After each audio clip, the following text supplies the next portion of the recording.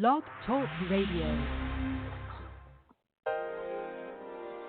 Welcome to the Along Came a Writer Network. Opinions expressed in our shows do not necessarily reflect those of the network.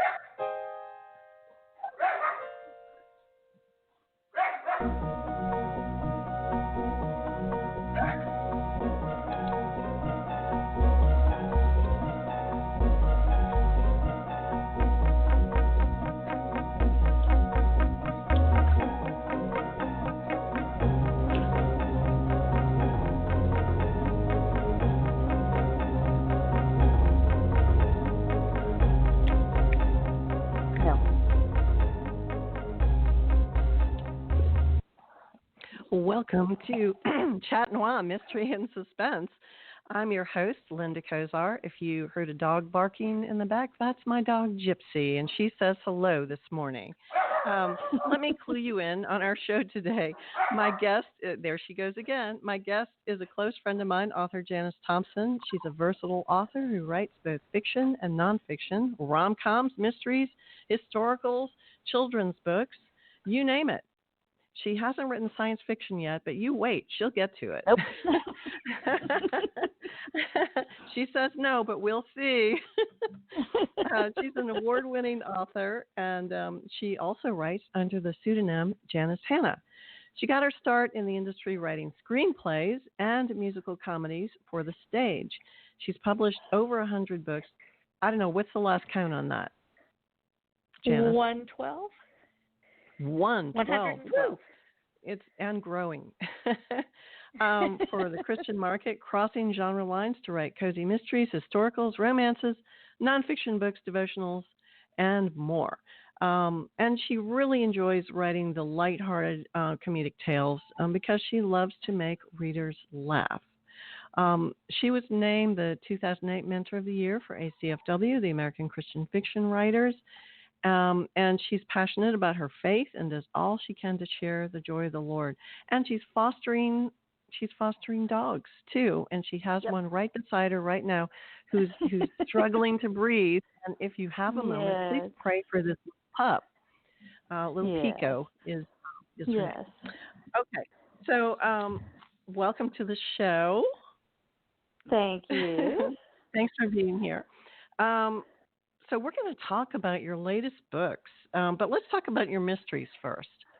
You know, Sure. You've got a slew of mysteries with guideposts, but if you just want to, I mean, you have a whole bunch of different series and stuff like that, but tell us about the latest one.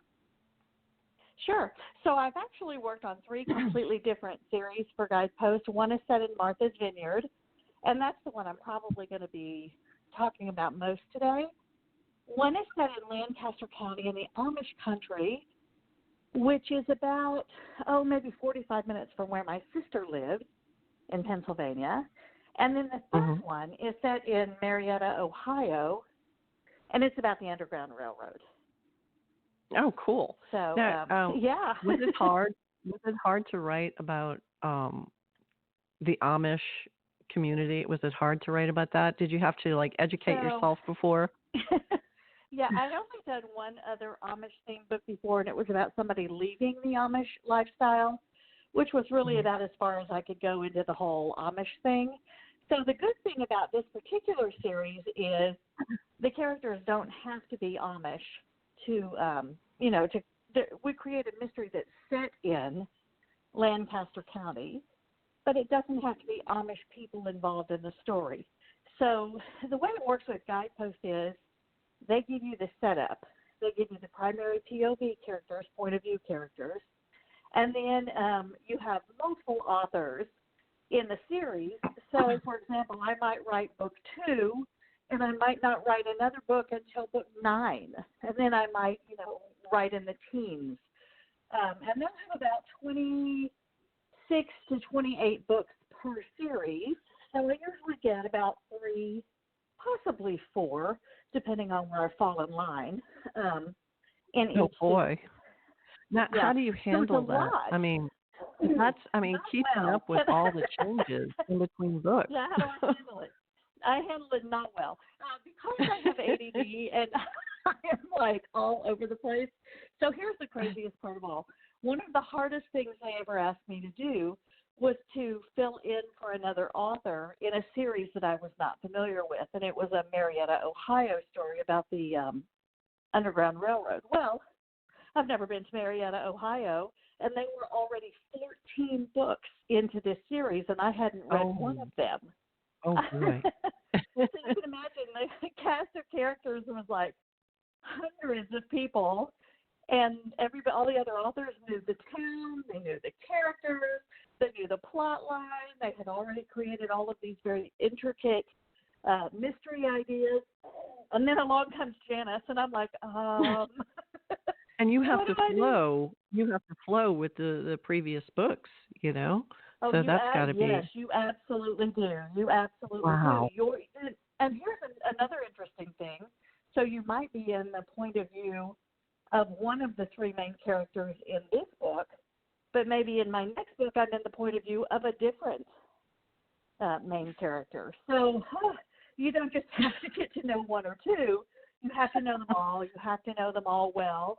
And you would also have to know, and you do, how ADD I am. So it's like, oh my goodness, my brain cannot keep up with all of these characters.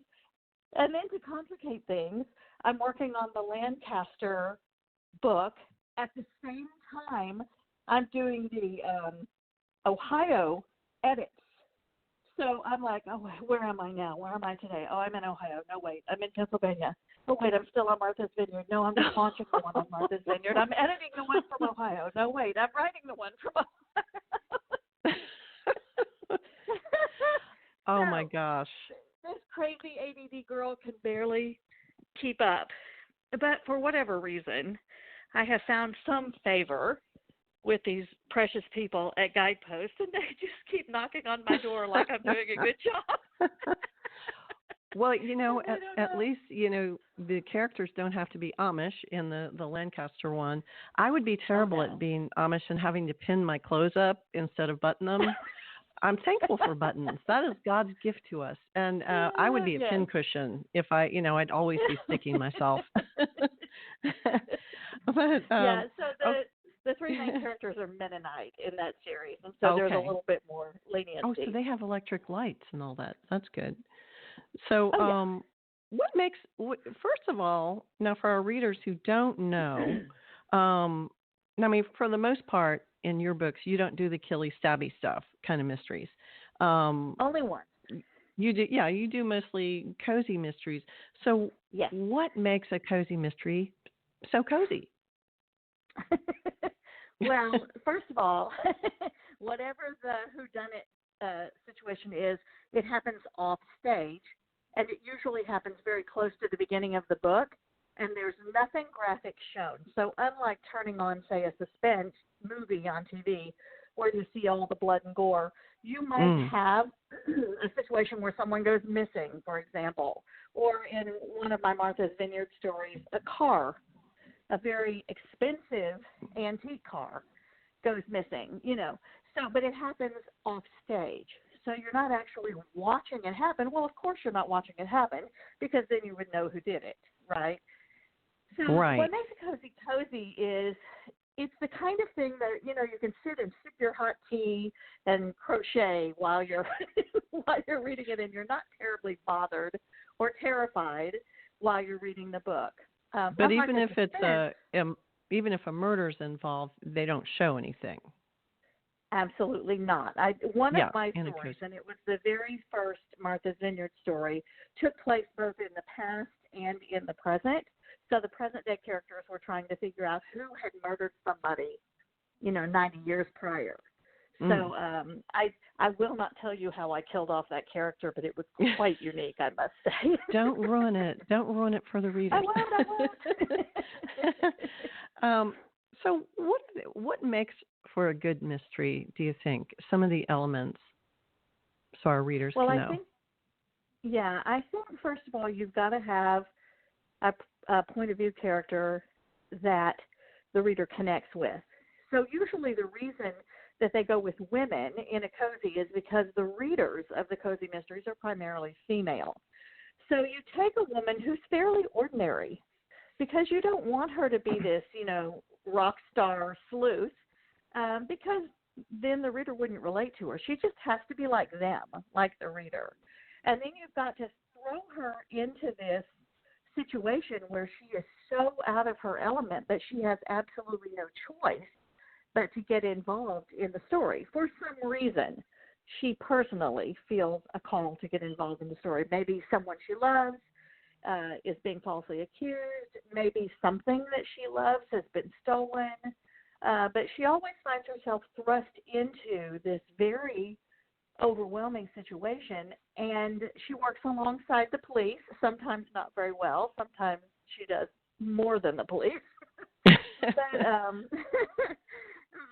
the point is that she is growing as a human being the whole time she is solving this mystery. And then, if you use her as a point of view character in multiple stories in a row, you have a lot of room for her to grow as a sleuth. So maybe by the time she's on her fifth or sixth mystery, she's acquired some skills.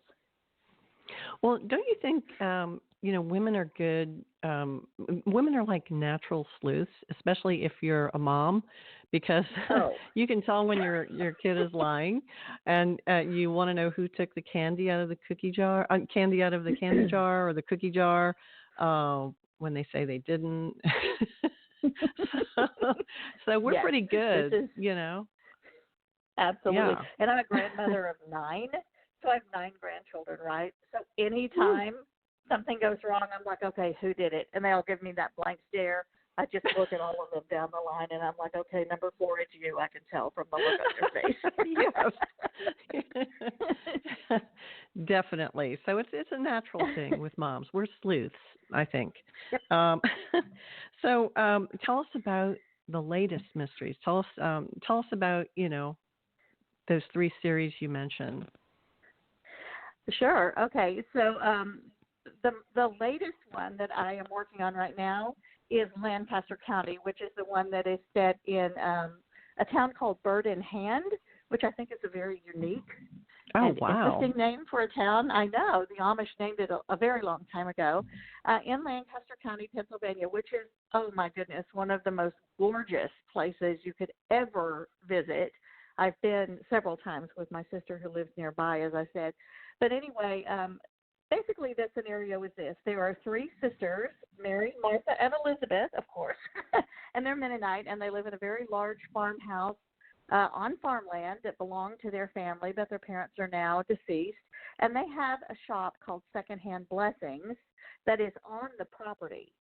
And so you can imagine the amount of mysteries that you could cook up just with items that come into the secondhand shop. Oh, definitely. So I've had a lot of fun with that one. And I don't want to give too much away on my stories, but I've created one story about a man who goes missing, and they're trying to find him. I'm working on a brand new story for them right now, and I haven't gotten too far into it, or I would tell you more about it.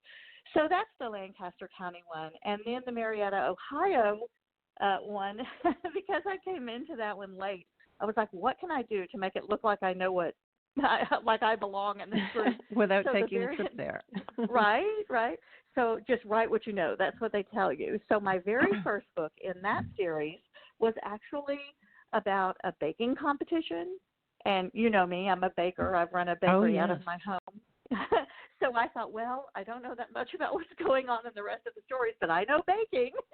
So I will make this story baking themed, and there will be a baking contest going on, and something big will happen to one of the ladies who enters the contest. And then the second book that I did for that series was dog themed, and as you can hear dogs barking in the background at my house over here too, I'm a dog lover, and I'm really into dog rescue. And so that book was about a rescue organization that shows up in Marietta, Ohio on the very same day that they're having the dog show. And one of the key dogs who's expected to win Best in Show goes missing. So the question is, who would steal this show dog and why? So that one was a lot of fun to write too, I know. And the world of show dogs fascinates me. I mean, the way they poof them up, and I mean, they go through a whole beauty ritual. Well, one of and the my people, yeah. one of my wannabe bad guys was the groomer. Well, yeah, I mean, it's amazing. They get better beauty treatments, than a lot of people do. I mean, and those dogs are gorgeous. I would be afraid to take them outside, Right, and they spend a fortune getting those dogs ready. Oh yeah, So I can imagine. Yeah, not just the poofing up and all of that, but the diet, the foods that the dog eats, the exercise plan the dog is on. I mean, it's crazy. It's kind of like, going for Miss America. You got to be in shape. Miss America for Dogs. That sounds like a great book.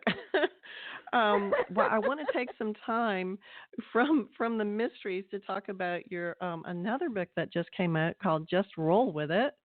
And tell us about that. It's published by Dayspring. The other books are guideposts. This is Dayspring, and it's a baking devotional. So tell us, a lot of it comes from your own experiences as a baker. Yes. And let me tell you, listeners, she bakes the most beautiful cakes, and they taste just as good as they look, which isn't always the case, from experience. And cookies that are just to die for. They're just so good. Well, thank you. That was quite the build-up. I tell the truth. So my next big cake flop, I'm going to send the picture to you, and you can tell your listeners all about it. So really, I have to credit you with the sale of that book, because you were writing for Dayspring first, and you were sweet enough to tell me about your adventures with them, and that gave me the courage to take this idea that I had already cooked up, pun intended, and shop it with them and see what they thought about it. And thank goodness they liked the idea. And basically, it's just stories of things that happened to me in my kitchen while I was baking. Some of them are very funny and crazy. Some of them are tender and sweet. I was a caregiver for my mom who had Alzheimer's, and the last 2 years of her life, I was with her nonstop, and so she was in the kitchen with me half the time when I was baking. And so I have some stories about things that happened with my mom. There are also a lot of recipes in the book. There are some baking tips and all kinds of fun little additions. But mostly it's first-person stories, and it's, my own journey through my caregiving years as told through baking stories, basically. Can you tell us one? Funny stories. Can you tell us one of the stories? Yeah, this is kind of a bittersweet one. So I had made this gigantic container of buttercream to put on this cake. And of course it was for a customer, so you want it to be absolutely perfect. And I used as much as I needed to frost the cake. And when I was done, I put the cake in the fridge and set it away, because my buttercream has a lot of cream cheese in it, by the way, which is why it had to be refrigerated. But it kind of sounds heavenly, like just, to have that container in front of you.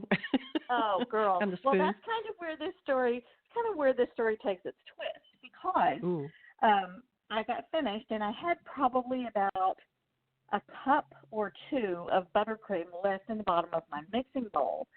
But I had to make a run into the other room to go take care of something. I forget what. And my mom was there in the kitchen, and when I came back, she had her hand in that bowl of buttercream. Ooh. And she was licking her fingers, and you should have seen the look on her face. She was just absolutely delirious. She was so happy. And, of course, she was at that point in the Alzheimer's where it wouldn't have done any good to tell her, don't touch the buttercream, because she wouldn't have understood that. Right. But two things happened in that moment. I looked at her, and I was so upset. I'm like, oh, my gosh, I'm not even going to get to save that buttercream. And then my second thought was, look at that beautiful look on her face. She looked just deliriously happy. And who wouldn't, with her up to their elbow in buttercream? And, I've thought about that so many times since she passed away 2 years ago. I thought, you know what? Stick your hand in the bowl as many times as you want. Lick those fingers as much as you want. Waste that buttercream. I don't care. I would give anything to be able to go back and have her again and see her do that again. I would give her my bowl of buttercream if I could just spend that many moments with her again.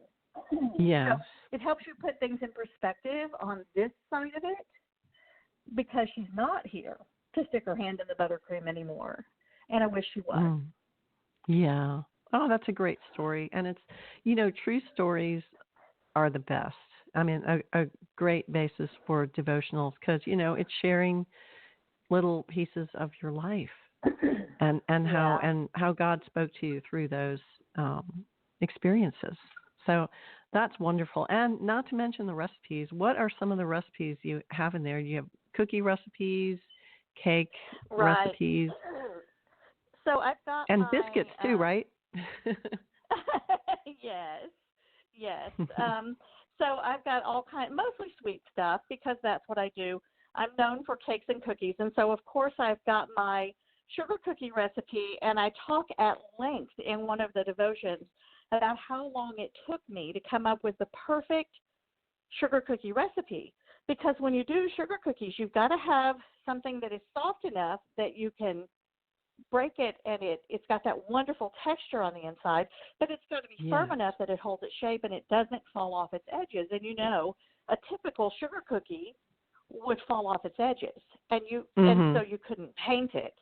So when I'm painting with royal icing, it's super important that the top of the cookie is completely flat.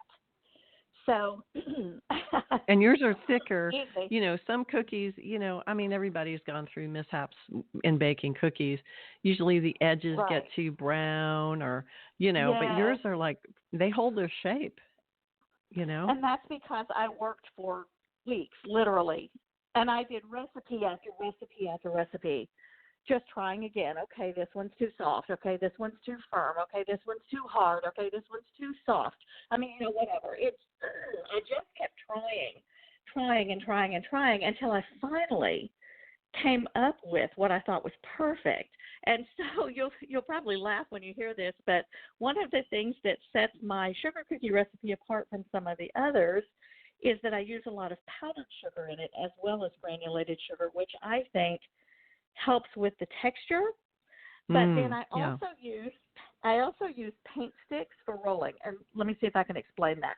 So I got this idea that if I went to the paint department and I got some paint sticks and I doubled them, I could put 2 on the right side and 2 on the left side, set my dough down between them on wax paper, put another piece of wax paper over the paint sticks, and then roll it out. Then I've got perfectly level, flat cookies that are only as tall as those doubled paint sticks. This might be a better illustration if I could show you. I know. But wow. And so cool. Every single time you get exactly the same thing. There's never a surprise on how thick they are. So because I use the same method all the time, I know how long a cookie of that thickness will have to bake. And I know that the royal icing will sit flat on top of the cookie because the edges don't fall off. Yeah, and that royal icing is hard for a lot of people. No. I mean, when talking about cookies and cakes, what's wrong about that? It's going to be fun. And I love when you make chocolate chip cookies, you use those little mini chips. Those are, always. And those cookies are awesome. I mean, what are some of the more unusual cookies you make? Oh, golly, I've had so many different ones that I make. Probably the one that I get the most requests on would be my oatmeal craisin. I use craisins as opposed to raisins. I'm not a huge raisin fan, but there's something about the craisin mixed with the oats and walnuts that just, oh gosh, it's making me hungry thinking about it. And then another one, and this is a story that's in my cookbook as well. Another one actually came from my sister-in-law, Stacy, and they are potato chip cookies. So that's a very unusual recipe. Have you made those? I've made those from you. I mean, you told me about it, and I've made them. And, yes, those are great. Ooh, there's just something about that little bit of salt mixed in with that sweet cookie. It almost reminds me of like a pecan sandy or something that has that little bit of saltiness mixed in with it. But it's so fun to just crunch up those potato chips. Well, can I tell you the backstory to that cookie? Yes. We've got about 4 minutes, so. Well, it was a week my mom was passing away, and she was in the next room, and we knew that her death was imminent, and the whole family had gathered, and I baked every single day for all the people that were there. It was a form of therapy. And my sister-in-law, Stacy, I had run out of recipes, and she said, "Oh, I have a recipe." And she came and showed me, and thank goodness we had the ingredients there in the house, and she showed me how to make those potato chip cookies. And it was a way really around our sadness to kind of bond. And, my mom had always been my mentor. Yeah, but it was interesting because my mom had always been the one who had taught me to bake. It was almost like God was saying, I still got other people out here, like Stacy, who can take you under their wing and show you their tricks like your mama used to do. Oh, so, yeah. I know. And that's great. And I mean, I think cooking and baking can be therapy, Always. You get in that kitchen and you're creating something with love. I mean, and I think that is the ingredient that nobody really talks about. If you love what you do, you're creating something with that love for food, because people can whip up things and, there's really no love put into it, but you can taste the love, I think. And the love for the people you're baking for. Because so much of the time when I'm in a kitchen, I'm thinking about those people and thinking about how much I care about them. And it really is my gift to them to be able to give them something that maybe I've worked for 6 or 7 hours on this cake. They don't know that. They just see a little birthday cake. But to me, the whole time I'm baking, it's for them. It's because of love for them. And it's a piece of your life, Yep. It's your time. That's the commodity you have in life, Yep. So that's amazing. Well, where can people find you? You're on all of social media, and you have a special Facebook page for Just Roll With It too, where people are posting some of their recipes, right? Yes, and in fact, I stayed up late into the night last night compiling all of our recipes into a little cookbook that I'm going to give away for free to anyone who contacts me to let me know that they've purchased my devotional. So my you goodness. can find me. I know. We had the best time coming up with those recipes. These ladies are amazing. But I'm at Janice Hanna Thompson on Facebook. And then if you want to visit my website, it's www.janicethompson.com. Don't forget the A, or you'll hit it, because Janice Thompson, it turns out, is a very popular name. Yes. Put that A in there. There's another Janice Thompson who's an author as well. She writes nutrition books. That's not me. Oh, golly. Yes. And you're on everything else. You're on Pinterest. You're on Twitter. You're on Instagram. Yes, Twitter is my Twitter handle is Books by Janice, although I don't post as much on Twitter as I used to. I haven't conquered Instagram. I think I'm on there, but I don't know that much about it. I might need to learn from you, wise one. Well, definitely, because I'm into Instagram now, mostly just to follow after what my kids are doing. But let's not talk about that. Just lurking. Well, thank you so much for being on the show. I really enjoyed talking to you, and I hope our listeners will go out and buy Janice's books because they are fantastic. And no matter what genre you buy, you will be happy. Thank you so much, and we're going to go, but I'll have you back again soon. Thanks, Janice. Thanks, Linda. Bye-bye.